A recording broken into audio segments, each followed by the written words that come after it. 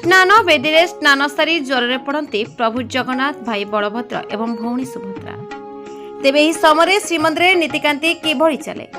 अणसर घरे जेहेतु ठाकुर को रखा जाए तेबे क्या समय ठाकुर स्थान में पूजा कराए कौन रही वैशिष्ट्य एने शुणु कौन कहते सेवा सुभाषिष प्रतिहारी। जय जगन्नाथ मो सुभाषिष प्रतिहारी मो महालक्ष्मी आउ महाप्रभु जगन्नाथ बलद्वार सेवायत महालक्ष्मी माँ सेवायत माँ भुवनेश्वरी माँ सेवायत और बेढ़ाकाली माँ सेवायत। देखो आज्ञा पटदियों नीतिटा कौन प्रथम कथा हूँ पटदियों किए जितेबाला महाप्रभु अनवसर पड़ी था अनवसर पड़ा समय बाह्य लोक केवे कहीं देखिपारती महाप्रभु तो देखिपारती पटदियों को से दर्शन कराए। पटदियों किए किए रहती गोटे हूँ प्रथम रहती पटदियों स्वयं जगन्नाथ महाप्रभु नीलाम्बुतनय महाप्रभु निजर चतुर्धा मूर्ति हिसाब से महाप्रभु से रहती सुभद्रंकर ब्रह्मचारिणी रूप में माँ को पूजा कराए एवं बलभद्र हल धल मुसल धरी महाप्रभु को पटचित्र पूजा कराए। जितेबाला महाप्रभु स्नान सारी निजर समस्त कर्तव्य निर्वाह करी जितेबाला महाप्रभु आसवे बेहरण द्वार पटे दे महाप्रभु सात बाट दे बेहरण द्वार पटक देके आसवे बेहरण द्वार पाखे आम भीतर काठ पाखे महाप्रभु को सेठी रुंधा जाता रुंधा सारा पर चारिपटे आमर जो कहती आप जानते बाउंसर चांच बाउंस चांच चारिपटे वर्धमान कराए जो समय कि महाप्रभु को कहीं देखिपर से वर्धमान सरला पर महाप्रभु सामना पटे राति अधरे महाप्रभुंर डेंगुरा बाजा जो कहती बाजा एवं घंट सहित समस्त सांगे जाई महाप्रभु तीन बाड़कर महाप्रभुंर पटचित्र रूपकार चित्रकार घर से अणा जाए अणा सारा पर महाप्रभु से मूर्तिटा प्रतिष्ठा करा जाए जेहेतु सी नूतन भाव में विग्रह नूतन भाव में पट्टी करा से पुनर्बार बर्तमान प्रतिष्ठा करा जाए। प्रतिष्ठा सरला पर महाप्रभु को सेठी बर्तमान लगे जाए लगे सरला पर तीन बाड़े आम जो अच्छा तीन बाड़ समस्त जानते एक्चुअली हूँ चारि बाड़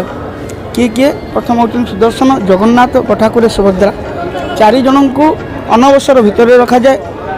एवं बाहर किए किए रहती भूदेवी श्रीदेवी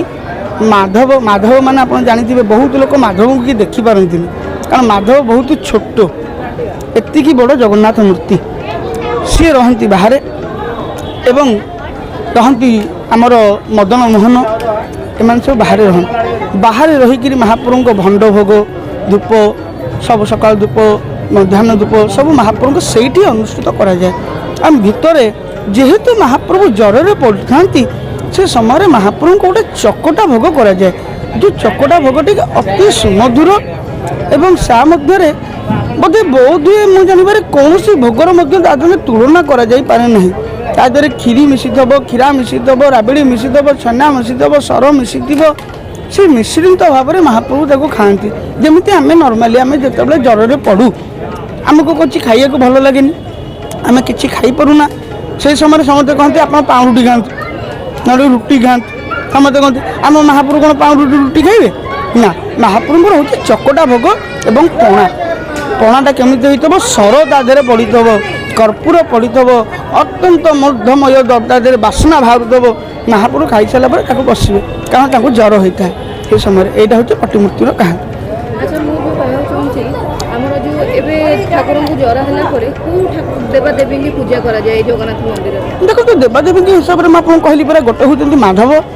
गोटे हूँ भूदेवी श्रीदेवी आउ मदन मोहन स्वयं हूँ जगन्नाथ चलती प्रतिमा तांको बर्तमान से पूजा कराए से महाप्रभु को जिते जगन्नाथ महाप्रभु जो भितर अच्छा चलती प्रतिमा समस्त कार्य निर्वाह करते। अच्छा मुझे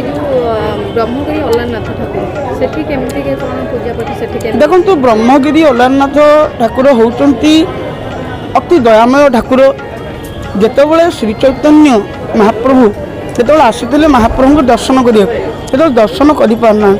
कांदी कांदी कांदी कांदी ये जगह मुंड बाड़ू से समय महाप्रभु राति अधरे तुम स्वप्न प्राय एटी कौन मत अपेक्षा कर तुम अलारनाथ अच्छे ମହାପ୍ରଭୁ ସେଠି ଯାଇକି ଅଲାରନାଥଙ୍କୁ ଦର୍ଶନ କଲେ। ଅଲାରନାଥଙ୍କ କାହାଣୀ ତ ଆଜ୍ଞା ସମସ୍ତେ ଜାଣିଛନ୍ତି। ଯେତେବେଳେ ଛୋଟ ପିଲାଟେ କ୍ଷୀରି ନେଇକି ଯାଇଥିଲା ମହାପ୍ରଭୁଙ୍କ ଦେହରେ ଫଟକା ହେଇଯାଇଥିଲା। ଅଲାରନାଥ ହେଉଛନ୍ତି ଭାରି ଆମର ଯେଉଁ କହନ୍ତି ନା ଜଗନ୍ନାଥଙ୍କର ଜ୍ୱଳନ୍ତ ପ୍ରତିମା ହେଉଛନ୍ତି ଅଲାରନାଥ। ଅଣସର ଟାଇମ୍ରେ ଅଲାରନାଥ ହେଉଛନ୍ତି ମୁଖ୍ୟ ଜଗନ୍ନାଥ। ତାଙ୍କୁ ଯାଇକି ସମସ୍ତେ ଦର୍ଶନ କଲେ ଯେତିକି ଆପଣ ଫଳପ୍ରାପ୍ତି ଜଗନ୍ନାଥଙ୍କୁ ଦର୍ଶନ କଲେ ଯେତିକି ଫଳପ୍ରାପ୍ତି ପାଆନ୍ତି ଅଲାରନାଥଙ୍କୁ ଦର୍ଶନ କଲେ ବି ସେତିକି ଫଳପ୍ରାପ୍ତି ଆପଣ ପାଇପାରିବେ। କ'ଣ ଲାଗିବେ? ଦେଖନ୍ତୁ ଆଜ୍ଞା ଅଲାରନାଥଙ୍କ କଥା ତ ମୁଁ କହିପାରିବିନି। ଯେମିତି ଆମର ଏଠି ଲାଗୁଛି ଅଲାରନାଥଙ୍କ ପାଖରେ ବି ସେମିତି ତାଙ୍କର ଭଣ୍ଡ ଅଛି, ସକାଳ ଧୂପ ଅଛି, ସବୁ ଅଛି। କିନ୍ତୁ ତାଙ୍କର ମୁଖ୍ୟ ଜିନିଷ ହେଉଛି କ୍ଷୀରି।